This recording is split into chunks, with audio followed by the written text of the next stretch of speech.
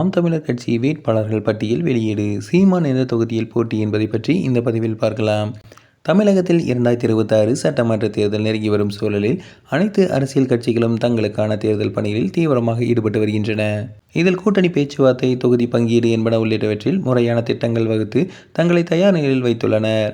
பாஜக, காங்கிரஸ், விடுதலை சிறுத்தைகள் கட்சி, மார்க்சிஸ்ட் கம்யூனிஸ்ட் ஆகிய கட்சிகள் கூடுதல் தொகுதிகளில் போட்டியிட வேண்டும் எனவும் அதற்கான தொகுதிகளை சம்பந்தப்பட்ட கட்சி தலைமையிடம் கேட்டு பெறுவோம் எனவும் வெளிப்படையாக அறிவித்துள்ளது.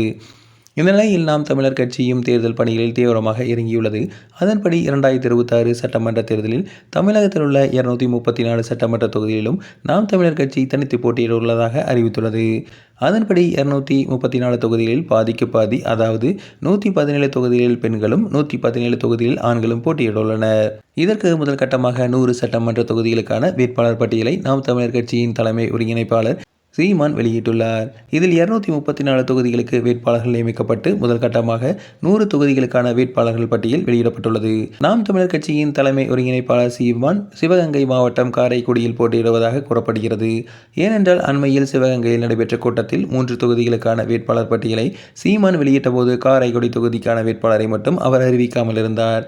அதன் அடிப்படையில் நாம் தமிழர் கட்சியின் தலைமை ஒருங்கிணைப்பாளர் சீமான் காரைக்குடியில் போட்டியிடுவார் என எதிர்பார்க்கப்படுகிறது. சீமான் ஏற்கனவே மானாமதுரையை சார்ந்தவர் என்பதால் அந்த தொகுதியில் பட்டியல் சமூகத்தினர் மட்டுமே போட்டியிட முடியும் என்பதால் அவர் அருகிலுள்ள காரைக்குடியில் போட்டியிடுவார் என தெரிகிறது.